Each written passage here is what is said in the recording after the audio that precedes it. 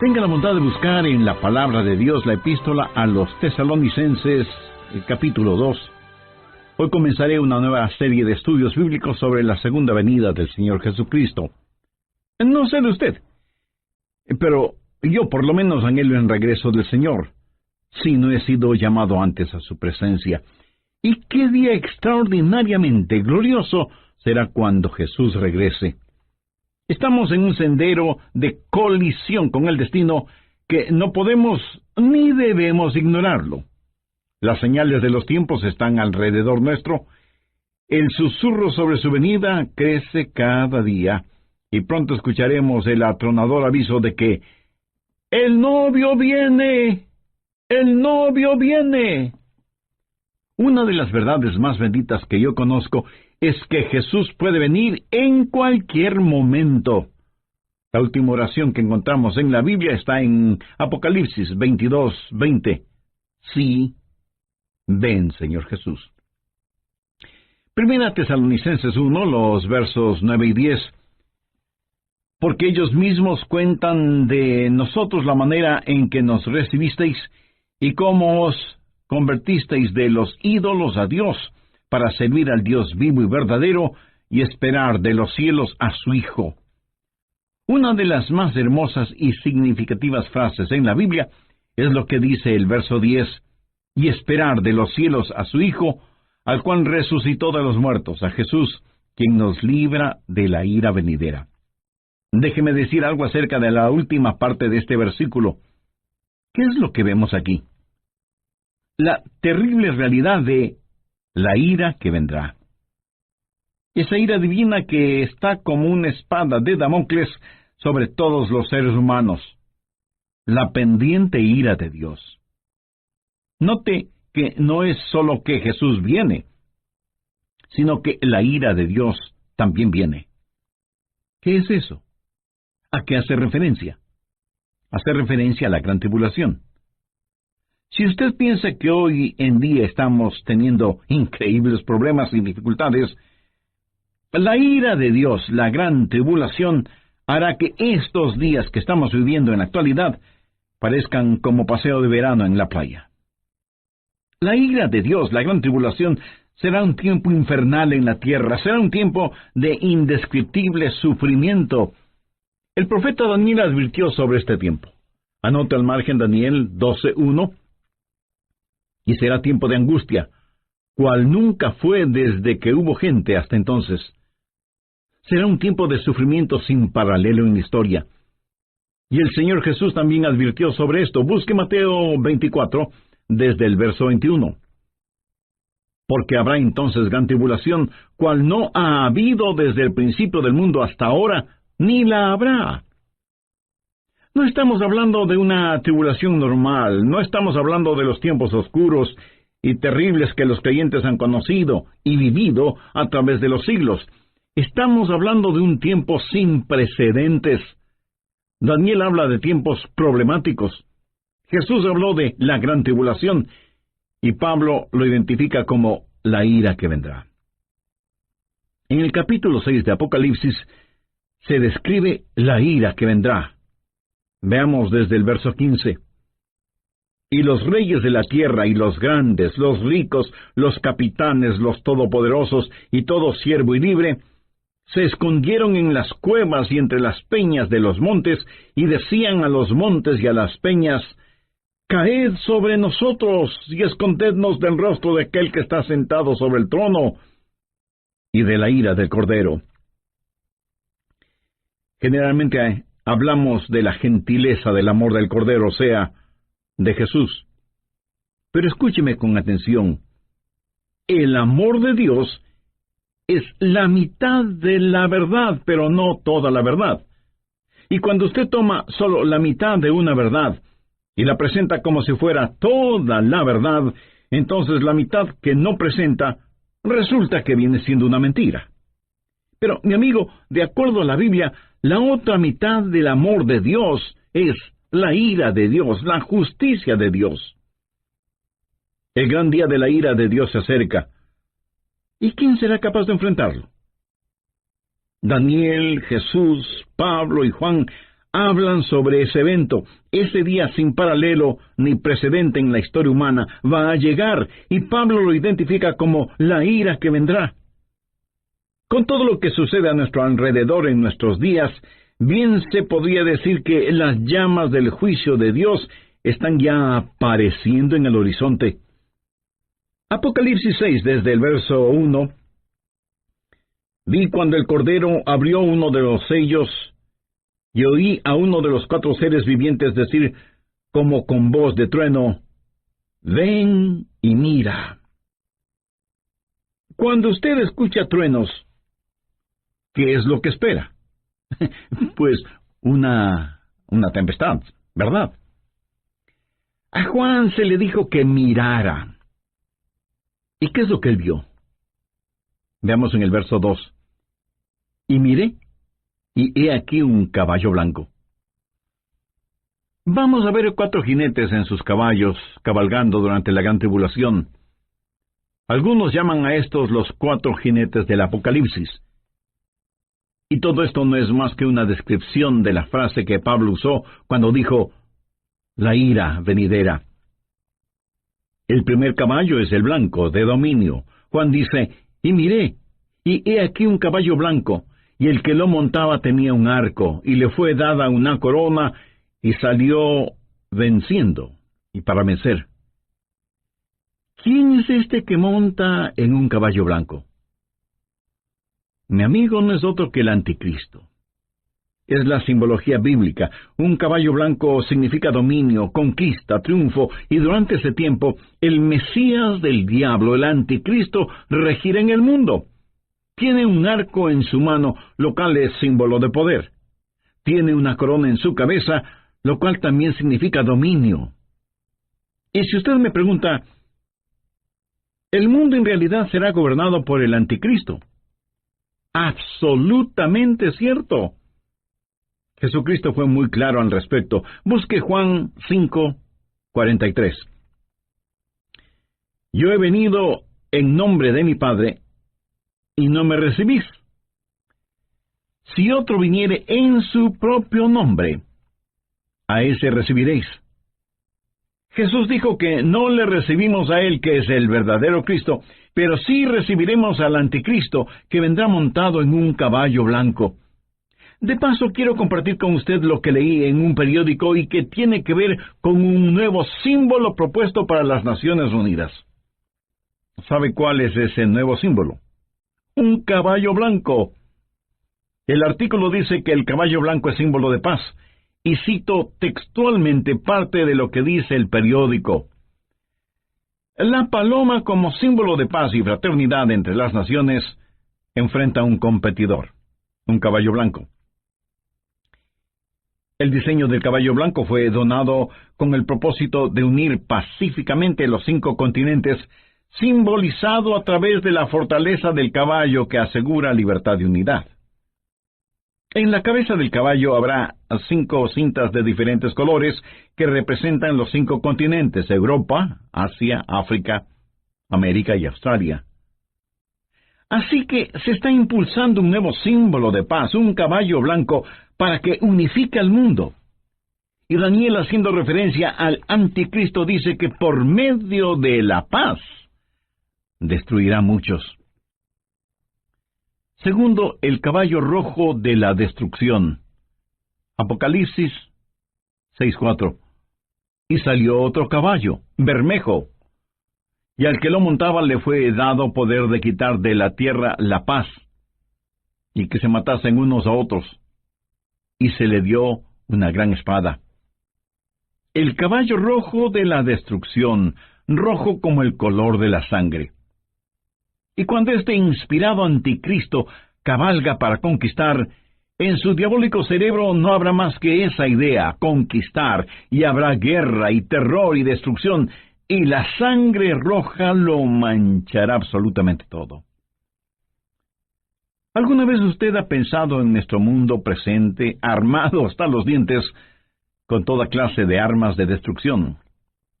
El Medio Oriente es un verdadero polvorín, y en realidad nadie sabe qué naciones tienen armas biológicas o capacidad nuclear o termonuclear.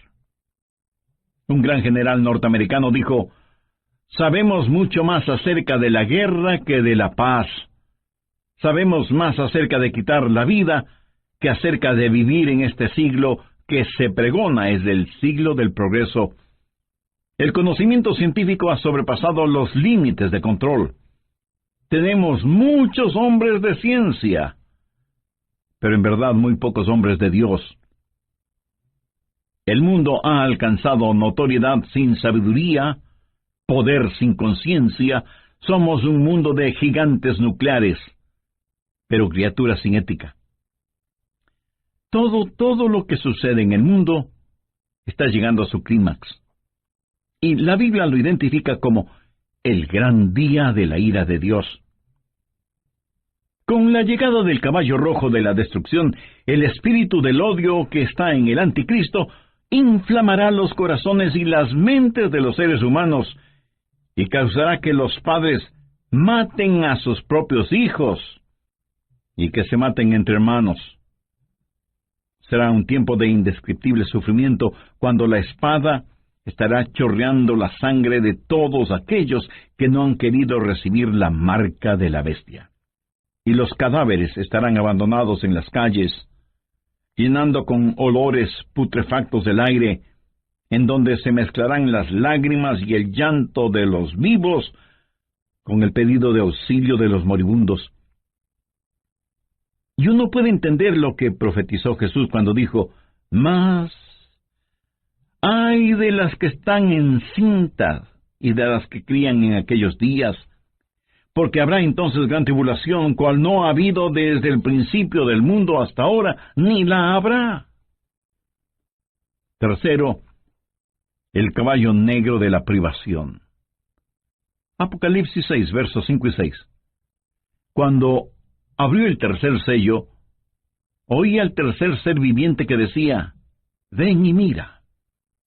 Y miré, y he aquí un caballo negro, y el que lo montaba tenía una balanza en la mano, y oí una voz de en medio de los 4 seres vivientes que decía: 2 libras de trigo por 1 denario, y 6 libras de cebada por 1 denario, pero no dañes el aceite ni el vino.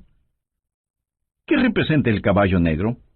Representa hambruna, invariablemente, porque después de una guerra sigue la hambruna. La balanza en este pasaje, usada para pesar harina, habla de la escasez de los alimentos y nos habla de precios elevadísimos y naciones que se mueren de hambre. 1 libra de trigo o cebada representa una comida, y esa comida costará todo un día de trabajo, o sea que será necesario el trabajar todo el día para poder comprar algo para comer. ¿Sabía que ya vivimos en un mundo en donde más de la mitad de la población vive en perpetuo estado de hambre? Ahora imagínese lo que será durante la gran tribulación, cuando los hombres inflamados con un espíritu de odio preferirán ir a la guerra antes que trabajar en la tierra. Por la historia aprendemos que cuando el general romano Tito Vespasiano, en el año 70, cercó a Jerusalén, impidió el abastecimiento de alimentos desde fuera de la ciudad y confiscó todos los alimentos que encontró dentro de la ciudad para su propio ejército. Fue tal la hambruna que se sintió en Jerusalén que, según los historiadores, las madres casi enajenadas por el hambre mataban a sus bebecitos para comérselos. Jesús dijo que un tiempo mucho peor que eso está por venir. Cuarto, el caballo amarillo de la destrucción. Apocalipsis 6, versos 7 y 8. Cuando abrió el 4º sello, oí la voz del 4º ser viviente que decía: «Ven y mira». Miré, y he aquí un caballo amarillo, y el que lo montaba tenía por nombre Muerte, y el Hades le seguía. Y le fue dada potestad sobre la 4ª parte de la tierra para matar con espada, con hambre, con mortandad y con las fieras de la tierra.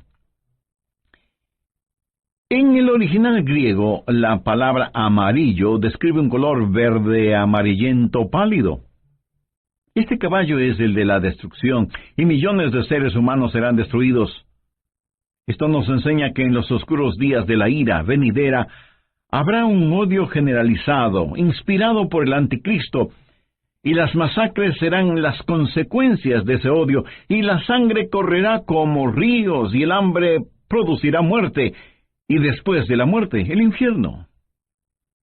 Se dice que a veces más gente muere después de terminada una guerra que durante la guerra misma.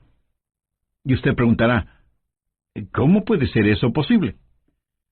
Amigo, después de la guerra hay una explosión de pandemias, infecciones, plagas. Pero en este pasaje, note que después de la muerte viene el Hades. ¿Qué significa eso?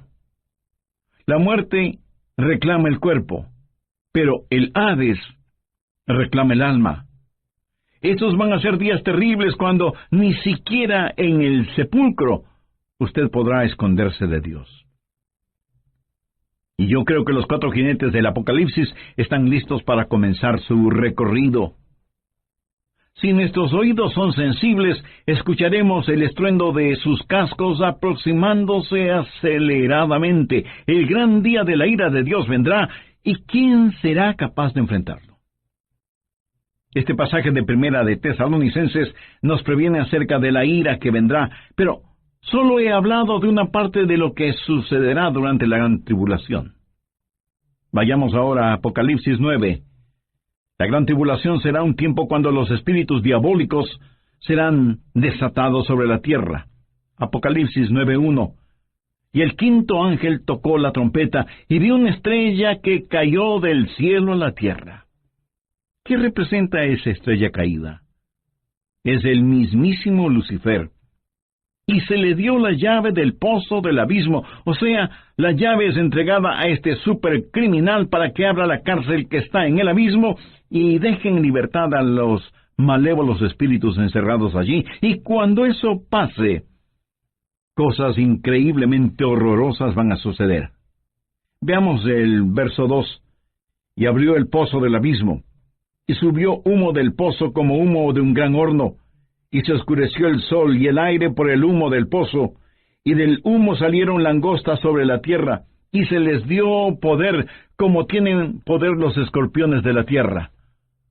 Un notable comentarista bíblico refiriéndose a esto dice, las langostas son infernales. Por eso vienen desde el fondo del abismo.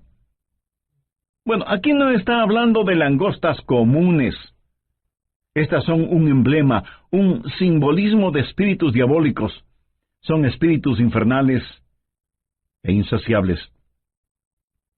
Este no es un panorama muy halagador que digamos, ¿no le parece? Y menos para quienes no son salvos todavía. ¿Es usted ya salvo o salva? ¿Hay en su corazón el anhelo de que Jesús regrese? ¿Tiene la absoluta certeza de que al morir se irá al cielo? Si no es así, usted necesita hacer una decisión espiritual ahora mismo.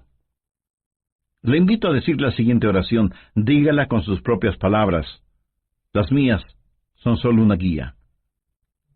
Querido Dios, perdóname porque aún siendo religioso, he estado tan pendiente de las cosas materiales que no he puesto ninguna atención a las cosas espirituales. Soy pecador y necesito tu perdón. Me acerco a ti en busca de misericordia y gracia. Señor Jesús, te invito a que seas mi Salvador y mi Señor. Lo hago con sincera y profunda fe, pidiéndote me perdones, me limpies, me sanes y me salves.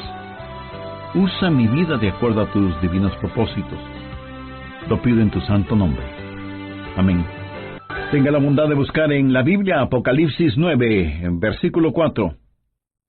Y se les mandó que no dañasen a la hierba de la tierra, ni a cosa verde alguna, ni a ningún árbol, sino solamente a los hombres que no tuviesen el sello de Dios en sus frentes. En el oriente, enormes enjambres de langostas aparecen en cierta época del año y devoran todo cuanto encuentran a su paso, incluyendo la vegetación.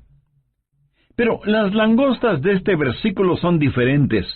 No dañarían ni una sola hoja de la vegetación, pero sí dañarían a los hombres y serían insaciables.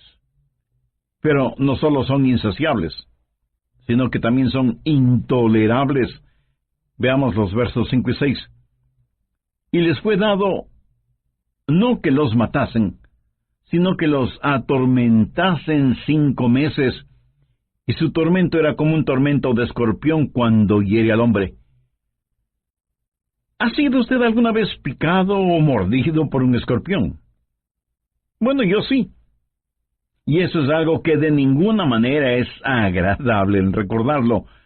Pero estos tal vez billones de langostas bíblicas salidas del abismo infernal tendrán el poder de ocasionar intolerables y terribles dolores. ¿Cuán terrible es ese dolor? La respuesta está en el verso 6. Y en aquel día los hombres buscarán la muerte, pero no la hallarán, y ansiarán morir, pero la muerte huirá de ellos. Los hombres con ansiedad buscarán la muerte, porque la muerte será una bienvenida liberación al tormento ocasionado por estos espíritus diabólicos que estarán en total libertad sobre la tierra. No solo serán espíritus intolerables, sino que además serán espíritus irresistibles.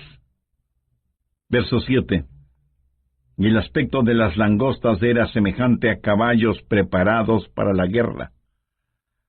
Como un ejército bien entrenado, avanzan, marchan, y nadie les puede detener, nadie puede estorbar el vertiginoso marchar de estas fuerzas diabólicas salidas del fondo del abismo de la maldad. Son irresistibles y al parecer invencibles. Apocalipsis 9:7. Y el aspecto de las langostas era semejante a caballos preparados para la guerra. En las cabezas tenían como coronas de oro. ¿Qué significa esto? Significa que a Satanás se le ha dado dominio y está temporalmente en el trono. Es el milenio del diablo. El infierno está de fiesta. Son irresistibles, invencibles e inteligentes. Mire lo que dice la parte final del verso 7. Sus caras eran como caras humanas. En la tipología bíblica, el rostro de un hombre siempre habla de inteligencia. Pero siempre ha sido la sabiduría humana la que ridiculiza la verdad de Dios. El interés de Satanás siempre ha sido el controlar la mente del hombre, no tanto su corazón y conciencia. Los espíritus diabólicos implantan en nuestras mentes ideas de cómo debemos aprender acerca de las estratagemas seductoras de Satanás, pero son estratagemas insidiosas. Verso 8. Tenían cabello como cabello de mujer, sus dientes eran como de león. Mi amigo, estas no son langostas ordinarias. El cabello de mujer habla del carácter seductor y atractivo de las fuerzas diabólicas. La Biblia nos advierte acerca de los espíritus seductores, y el diablo seducirá a millones con encantos femeninos, pero debemos mirar más allá de todo lo que ofrece como atractivos este ángel de luz, porque él es en verdad un león rugiente. La Biblia dice, sus dientes eran como de león, para devorar y destruir a quienes caen en sus garras, insidioso y engañador, con pelo como de mujer, pero con colmillos de león. Los espíritus diabólicos son además insensibles. Veamos el verso 9. Tenían coraza como corazas de hierro. ¿Qué significa esto? Que por un periodo de tiempo ellos eran inmunes a cualquier daño. A los débiles y pecadores seres humanos no les servirá de nada el tratar de luchar. ¿Cuán frecuentemente desestimamos el poder de Satanás y nos reímos y hacemos bromas al respecto? lo cual es una necedad, porque estos espíritus diabólicos son insensibles e inescapables. Note lo que dice la segunda parte del verso 9. El ruido de sus alas era como el estruendo de muchos carros de caballo corriendo a la batalla. Por todas partes el aire está lleno con los ruidos de estos espíritus diabólicos, a quienes usted ni puede ganar en astucia, ni en nada. Veamos ahora el verso 10. Tenían colas como de escorpiones y también aguijones, y en sus colas tenían poder para dañar a los hombres durante 5 meses. ¿Sabía usted que el tiempo normal de vida de una langosta es 5 meses? El apóstol Juan usa simbolismos para decirnos que estos espíritus malignos, que tienen colas como de escorpiones, efectuarán su trabajo de herir a los hombres. Tienen el poder para hacerlo. Y como si todo esto fuera poco, esos espíritus son además indivisibles. Verso 11. Y tienen por rey sobre ellos al ángel del abismo, cuyo nombre en hebreo es Abadón y en griego Apolión. Hay un rey sobre estos espíritus. Recuerde que no tenemos lucha contra sangre y carne, sino contra principados, contra potestades, contra los gobernadores de las tinieblas. Abadón o Apolión literalmente significa destrucción. Un poderoso príncipe infernal, tal vez Satanás mismo, es quien los guía para que torturen a los habitantes de la tierra durante la gran tribulación, o sea, durante la ira venidera. En segundo lugar, hay una anticipada espera. Veamos 1 Tesalonicenses 1:10. Y esperar de los cielos a su Hijo, al cual resucitó de los muertos, a Jesús, quien nos libra de la ira venidera. ¿Lo ve? Esperamos por su Hijo Jesús, quien nos libra de la ira venidera. Pregunta, ¿vivirá la iglesia la gran tribulación? ¿Estará la iglesia sujeta a la ira que vendrá? Bueno, personalmente no lo creo, y le diré por qué.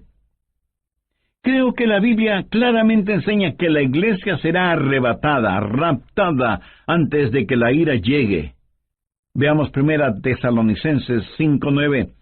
Porque no nos ha puesto Dios para ira, sino para alcanzar salvación por medio de nuestro Señor Jesucristo. El apóstol Juan le dijo a la iglesia de Filadelfia la misma cosa. Veamos Apocalipsis 3:10.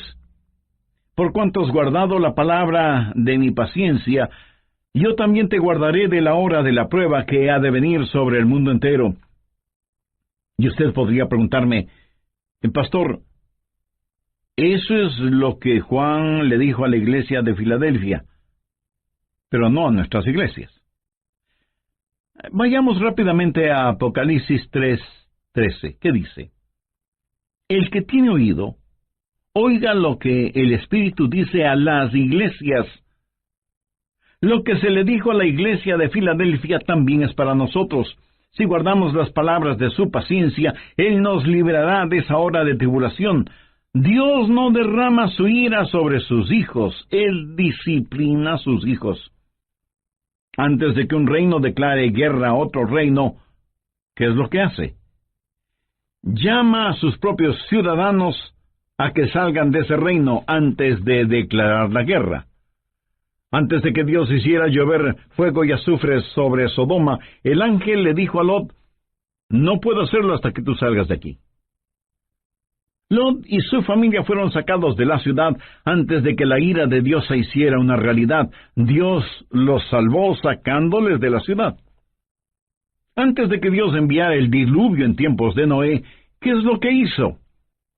Arrebató a Enoc antes del diluvio para que fuera como un retrato, una ilustración de que antes de que Dios derrame su ira, Dios salva a los suyos. Dios puso a Noé en el arca como una ilustración de lo que la nación judía experimentaría y saldría del fuego de la tribulación. Si la iglesia va a pasar la gran tribulación, hay ciertas cosas que deben suceder. Y no estaremos esperando el regreso de Jesús en cualquier momento. Anote Mateo 24:36. Pero del día y la hora nadie sabe, ni aun los ángeles del cielo, sino solo mi Padre. Nadie, absolutamente nadie, sino el Padre, conoce el tiempo del regreso de su Hijo a la tierra. Y en Mateo 24:38, porque como en los días antes del diluvio estaban comiendo y bebiendo, casándose y dándose en casamiento, hasta el día en que Noé entró en el arca, entonces vendrá el Hijo del Hombre. Ahora escúcheme, comer, beber, casarse o dándose en casamiento no es precisamente la gran tribulación. Es cierto que para algunas parejas su cónyuge es una gran tribulación. ¿Qué es lo que dice Mateo 24:42? Velad pues porque no sabéis a qué hora ha de venir vuestro Señor.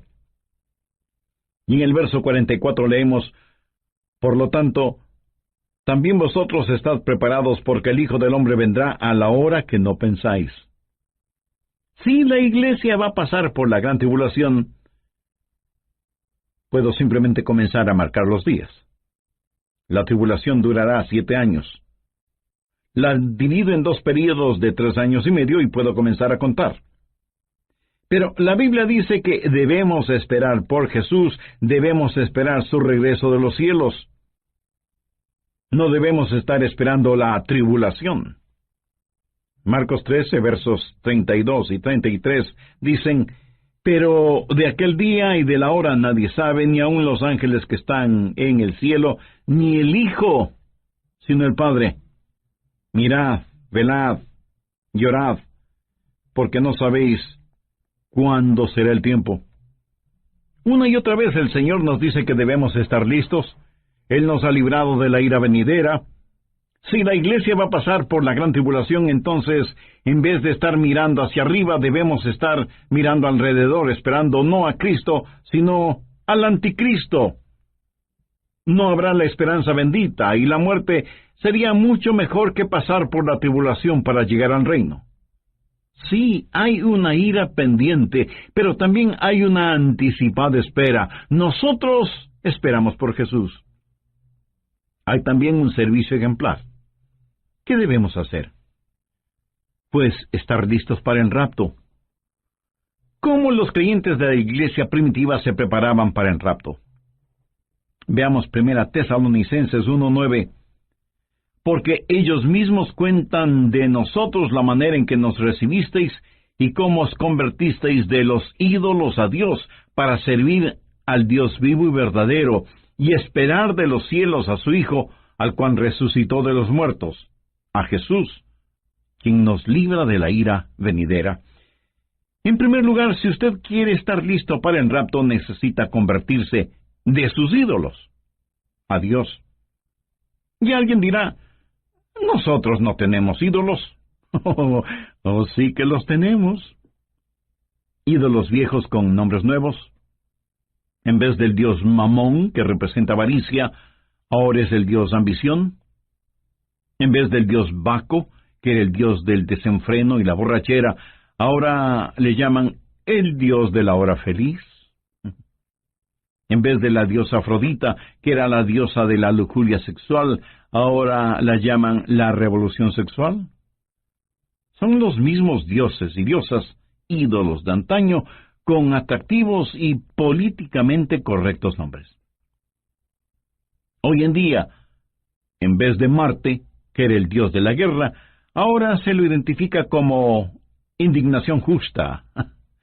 Y sin embargo tenemos en nuestras modernas ciudades más problemas, crímenes y odios como nunca antes. Viejos ídolos con nuevos nombres. ¿Y qué es un ídolo? Un ídolo es cualquier persona o cosa que usted ame más que a Dios. Es cualquier cosa en la cual usted confía más que en Dios. Es cualquier cosa a la que sirve más que a Dios. O cualquier cosa a la que usted tema más que a Dios. Cualquier persona o cosa que le desvíe de Dios es un ídolo. En Mateo 6:33 leemos, Mas buscad primeramente el reino de Dios y su justicia, y todas estas cosas os serán añadidas. Usted debe volverse de sus ídolos a Dios. Usted no puede tener a Cristo y al mundo al mismo tiempo. Tiene que arrepentirse. Esa es la primera cosa para estar listo o lista para el rapto. ¿Se ha vuelto usted hacia el Dios vivo y verdadero? ¿Se ha olvidado o dejado de sus viejos caminos? ¿Le ha entregado su corazón a Jesús, que es el Dios vivo y verdadero? En segundo lugar, hay que servir al Dios vivo y verdadero. Algunos de ustedes me dirán: Pastor Adrián, yo creo las cosas que usted predica sobre profecía. Bueno, muchas gracias. Ahora permítame decir con toda la unción, función y emoción de mi alma, si usted cree lo que estoy predicando hoy, usted debe empezar a servir a Jesús. Por favor, saque su cabeza de las nubes proféticas y ponga sus pies en la tierra y comience a ganar almas. La verdadera prueba no es si usted cree o no lo que estoy enseñando, sino lo que usted va a hacer para prevenir a los hombres de la ira que vendrá. Y debemos trabajar hasta cuando Jesús regrese, y luego nos juntaremos en nuestro hogar celestial. Tercero, hay que esperar el regreso de Jesús. Esos creyentes esperaban por Jesús no como un último recurso o como una escalera de incendios, sino que estaban diciendo: ven pronto, Señor Jesús. Estaban esperando su regreso, ansiaban su venida, vivían con esa expectativa, oraban por su venida, y muchos literalmente murieron diciendo: ven, Señor Jesús. Como ilustración le contaré que una joven mujer estaba en la estación del tren esperando a su novio, que venía para casarse, y ella estaba ahí, esperando con ansiedad el tren. El anciano jefe de la estación también estaba allí, con sus horarios de llegadas y salidas de trenes. Él sabía que un tren estaba por llegar, pero no lo esperaba con la misma ansiedad con que esa novia esperaba la llegada del tren en donde venía su novio. Nosotros debemos tener el espíritu no del jefe de la estación, sino de esa novia. La Biblia dice: y esperar de los cielos a su Hijo, al cual resucitó de los muertos, a Jesús, quien nos libra de la ira venidera. Me pregunto cuántos de quienes me escuchan en este momento conocen en forma personal al Señor Jesucristo. Porque si usted aún no tiene una relación íntima con Él, este es el momento de hacer esa decisión.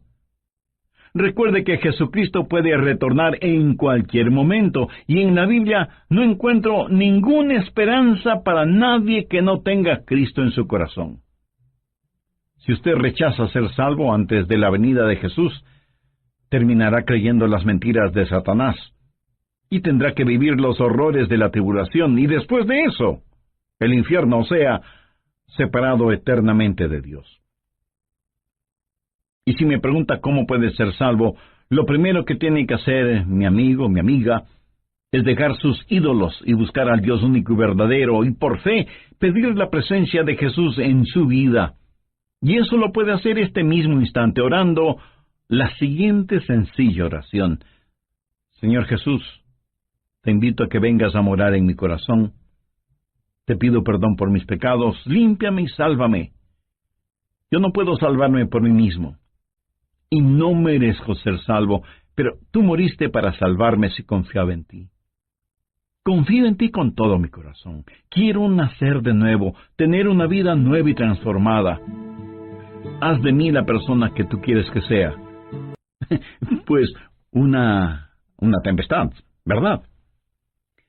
A Juan se le dijo que mirara. ¿Y qué es lo que él vio? Veamos en el verso 2. Y miré, y he aquí un caballo blanco. Vamos a ver 4 jinetes en sus caballos, cabalgando durante la gran tribulación. Algunos llaman a estos los 4 jinetes del Apocalipsis. Y todo esto no es más que una descripción de la frase que Pablo usó cuando dijo: la ira venidera. El primer caballo es el blanco, de dominio. Juan dice: y miré, y he aquí un caballo blanco, y el que lo montaba tenía un arco, y le fue dada una corona, y salió venciendo, y para vencer. ¿Quién es este que monta en un caballo blanco? Mi amigo, no es otro que el anticristo. Es la simbología bíblica. Un caballo blanco significa dominio, conquista, triunfo, y durante ese tiempo, el Mesías del diablo, el anticristo, regirá en el mundo. Tiene un arco en su mano, lo cual es símbolo de poder. Tiene una corona en su cabeza, lo cual también significa dominio. Y si usted me pregunta, ¿el mundo en realidad será gobernado por el anticristo? Absolutamente cierto. Jesucristo fue muy claro al respecto. Busque Juan 5:43. Yo he venido en nombre de mi Padre, y no me recibís. Si otro viniere en su propio nombre, a ese recibiréis. Jesús dijo que no le recibimos a él, que es el verdadero Cristo, pero sí recibiremos al anticristo, que vendrá montado en un caballo blanco. De paso, quiero compartir con usted lo que leí en un periódico y que tiene que ver con un nuevo símbolo propuesto para las Naciones Unidas. ¿Sabe cuál es ese nuevo símbolo? Un caballo blanco. El artículo dice que el caballo blanco es símbolo de paz, y cito textualmente parte de lo que dice el periódico. La paloma, como símbolo de paz y fraternidad entre las naciones, enfrenta a un competidor, un caballo blanco.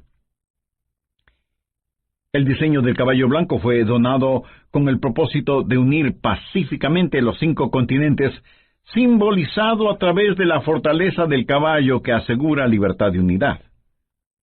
En la cabeza del caballo habrá 5 cintas de diferentes colores que representan los 5 continentes: Europa, Asia, África, América y Australia. Así que se está impulsando un nuevo símbolo de paz, un caballo blanco, para que unifique al mundo. Y Daniel, haciendo referencia al anticristo, dice que por medio de la paz destruirá a muchos. Segundo, el caballo rojo de la destrucción. Apocalipsis 6:4. Y salió otro caballo, bermejo, y al que lo montaba le fue dado poder de quitar de la tierra la paz, y que se matasen unos a otros, y se le dio una gran espada. El caballo rojo de la destrucción, rojo como el color de la sangre. Y cuando este inspirado anticristo cabalga para conquistar, en su diabólico cerebro no habrá más que esa idea, conquistar, y habrá guerra y terror y destrucción, y la sangre roja lo manchará absolutamente todo. ¿Alguna vez usted ha pensado en nuestro mundo presente, armado hasta los dientes, con toda clase de armas de destrucción? El Medio Oriente es un verdadero polvorín, y en realidad nadie sabe qué naciones tienen armas biológicas o capacidad nuclear o termonuclear. Un gran general norteamericano dijo: sabemos mucho más acerca de la guerra que de la paz. Sabemos más acerca de quitar la vida que acerca de vivir en este siglo que se pregona es el siglo del progreso. El conocimiento científico ha sobrepasado los límites de control. Tenemos muchos hombres de ciencia, pero en verdad muy pocos hombres de Dios. El mundo ha alcanzado notoriedad sin sabiduría, poder sin conciencia. Somos un mundo de gigantes nucleares, pero criaturas sin ética. Todo lo que sucede en el mundo está llegando a su clímax. Y la Biblia lo identifica como el gran día de la ira de Dios. Con la llegada del caballo rojo de la destrucción, el espíritu del odio que está en el anticristo inflamará los corazones y las mentes de los seres humanos y causará que los padres maten a sus propios hijos y que se maten entre hermanos. Será un tiempo de indescriptible sufrimiento cuando la espada estará chorreando la sangre de todos aquellos que no han querido recibir la marca de la bestia. Y los cadáveres estarán abandonados en las calles, llenando con olores putrefactos el aire, en donde se mezclarán las lágrimas y el llanto de los vivos con el pedido de auxilio de los moribundos. Y uno puede entender lo que profetizó Jesús cuando dijo: «Mas ay de las que están encintas y de las que crían en aquellos días, porque habrá entonces gran tribulación, cual no ha habido desde el principio del mundo hasta ahora, ni la habrá». Tercero, el caballo negro de la privación. Apocalipsis 6, versos 5 y 6. Cuando abrió el tercer sello, oí al tercer ser viviente que decía: «Ven y mira». Y miré, y he aquí un caballo negro, y el que lo montaba tenía una balanza en la mano, y oí una voz de en medio de los 4 seres vivientes que decía: «2 libras de trigo por 1 denario, y 6 libras de cebada por 1 denario, pero no dañes el aceite ni el vino».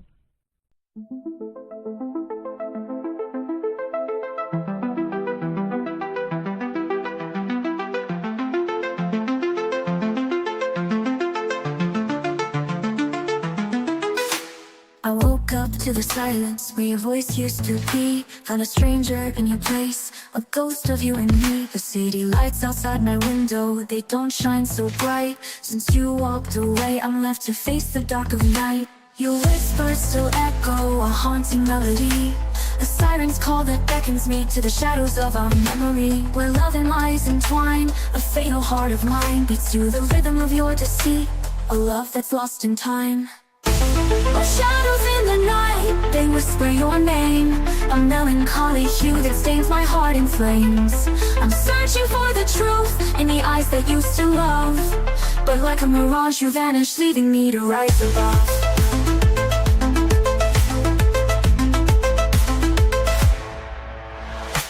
To shake the feeling that our love was just a ruse, a fragile trust that shattered like the tears that I produce. The memories we made, now tainted with your lies, a bittersweet reminder of the love that died. Your whispers still echo, a haunting melody, a siren's call that beckons me to the shadows of our memory, where love and lies entwine. A fatal heart of mine beats to the rhythm of your deceit, a love that's lost in time. Oh, shadows in the night, they whisper your name, a melancholy hue that stains my heart in flames. I'm searching for the truth in the eyes that used to love, but like a mirage you vanish, leaving me to rise above.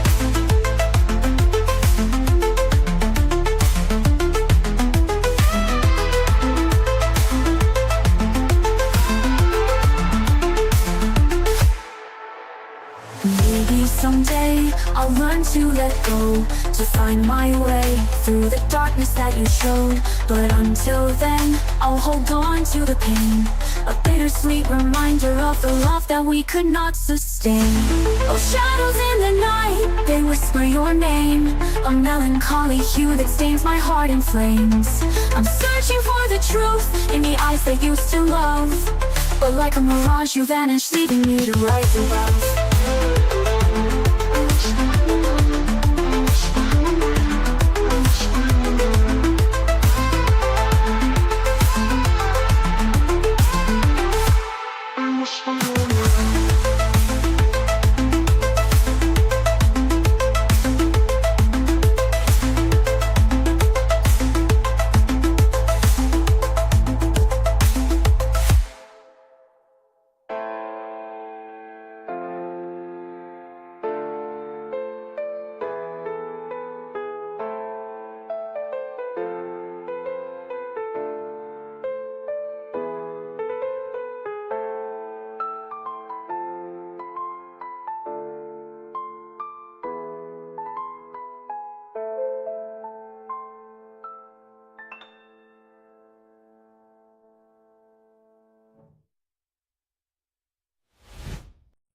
¿Qué representa el caballo negro? Representa hambruna, invariablemente, porque después de una guerra sigue la hambruna. La balanza en este pasaje, usada para pesar harina, habla de la escasez de los alimentos y nos habla de precios elevadísimos y naciones que se mueren de hambre. 1 libra de trigo o cebada representa una comida, y esa comida costará todo un día de trabajo, o sea que será necesario el trabajar todo el día para poder comprar algo para comer. ¿Sabía que ya vivimos en un mundo en donde más de la mitad de la población vive en perpetuo estado de hambre? Ahora imagínese lo que será durante la gran tribulación, cuando los hombres inflamados con un espíritu de odio preferirán ir a la guerra antes que trabajar en la tierra. Por la historia aprendemos que cuando el general romano Tito Vespasiano, en el año 70, cercó a Jerusalén, impidió el abastecimiento de alimentos desde fuera de la ciudad y confiscó todos los alimentos que encontró dentro de la ciudad para su propio ejército. Fue tal la hambruna que se sintió en Jerusalén que, según los historiadores, las madres casi enajenadas por el hambre mataban a sus bebecitos para comérselos. Jesús dijo que un tiempo mucho peor que eso está por venir. 4. El caballo amarillo de la destrucción. Apocalipsis 6, versos 7 y 8. Cuando abrió el 4º sello, oí la voz del 4º ser viviente que decía: «Ven y mira». Miré, y he aquí un caballo amarillo, y el que lo montaba tenía por nombre Muerte, y el Hades le seguía. Y le fue dada potestad sobre la 4ª parte de la tierra para matar con espada, con hambre, con mortandad y con las fieras de la tierra. En el original griego, la palabra amarillo describe un color verde amarillento pálido. Este caballo es el de la destrucción, y millones de seres humanos serán destruidos. Esto nos enseña que en los oscuros días de la ira venidera habrá un odio generalizado, inspirado por el anticristo, y las masacres serán las consecuencias de ese odio, y la sangre correrá como ríos, y el hambre producirá muerte, y después de la muerte, el infierno. Se dice que a veces más gente muere después de terminada una guerra que durante la guerra misma. Y usted preguntará, ¿cómo puede ser eso posible? Amigo, después de la guerra hay una explosión de pandemias, infecciones, plagas. Pero en este pasaje, note que después de la muerte viene el Hades. ¿Qué significa eso? La muerte reclama el cuerpo, pero el Hades reclama el alma. Esos van a ser días terribles cuando ni siquiera en el sepulcro usted podrá esconderse de Dios. Y yo creo que los 4 jinetes del Apocalipsis están listos para comenzar su recorrido. Si nuestros oídos son sensibles, escucharemos el estruendo de sus cascos aproximándose aceleradamente. El gran día de la ira de Dios vendrá, ¿y quién será capaz de enfrentarlo?